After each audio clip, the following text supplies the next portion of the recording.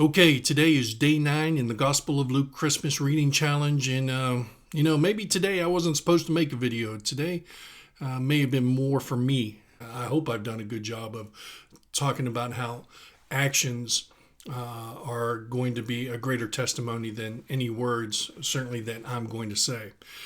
And to be quite honest, I think all of us have felt this, and it's always proves to be true, especially in the last week or so, that the more you decide to talk about the gospel, the more pushback you're going to feel and get directly.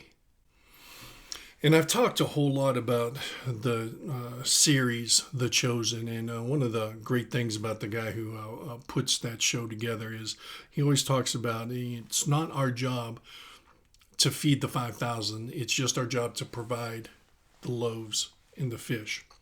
But you know what? Sometimes it's not that easy to do that. Oftentimes to provide just the loaves and fish takes sacrifice on our part. Jesus pretty much guarantees that there's going to be hardship in doing that. We get faced with those questions. Do I spend extra time on work, trying to get that promotion, trying to give my children, my grandchildren a little bit extra? Or do I spend that time in the Word and with Jesus? Do I keep my lunch money in my pocket, or do I take it out and give it to that person on the street with the sign in their hand?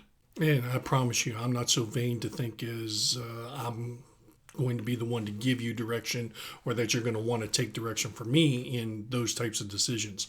That's a cross for you and you alone to bear. And the very last thing, at this point, I was going to talk about how if I had to look at a list of the decisions I've made in the past, or the decisions I'm probably going to make in the future, how I'd probably be ashamed of them.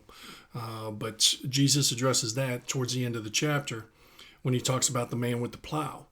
And I don't want to do this the wrong way and offend people, but I'm going to kind of paraphrase. Instead of the plow, bring it up to common terms. Jesus pretty much tells us to keep our eyes out of the rear view mirror.